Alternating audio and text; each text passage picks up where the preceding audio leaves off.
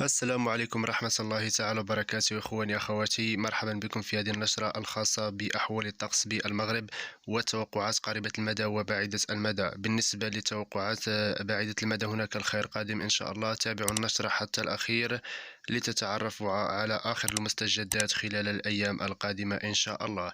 بالنسبة ليوم الثلاثاء هناك تساقطات مطرية خلال ليلة الثلاثاء بالمناطق الشمالية للبلاد وخاصة بطنجة وتطوان.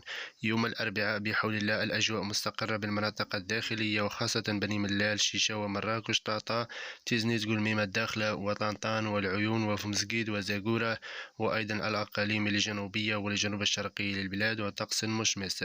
ستبقى بعض التساقطات المطرية مستمرة إلى غاية مساء يوم الأربعاء بالعرائش وطنجة وتطوان. يوم الخميس بحول الله طقس مستقر ومشمس مع سيطرة المرتفع الجوي على المناطق المغربية وشمال أوروبا بحول الله. وهناك منخفضات جوية في عرض المحيط الأطلسي كما تشاهدون، التي تتجه نحو المناطق شمال أوروبا، وهي الأكثر الاستفادة من هذه التساقطات المطرية إن شاء الله.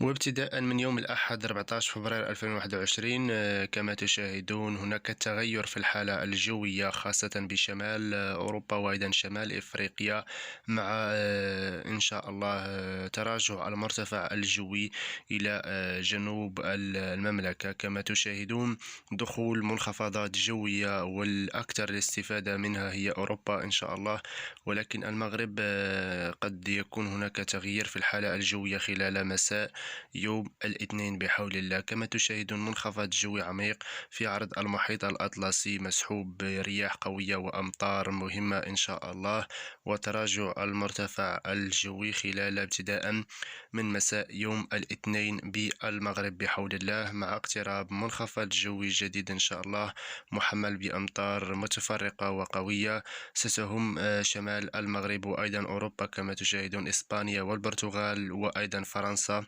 خلال يوم الثلاثاء بحول الله 16 فبراير 2021.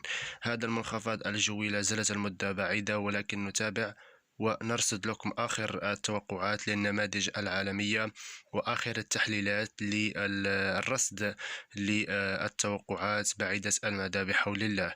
فإن شاء الله بدعمكم وباشتراك بالقناة ليصلكم كل جديدنا، نستمر في نشر فيديوهات خاصة بأحوال الطقس بالمغرب، وإن شاء الله نحلل كل ما يوجد في النماذج العالمية المتعلقة بأحوال الطقس.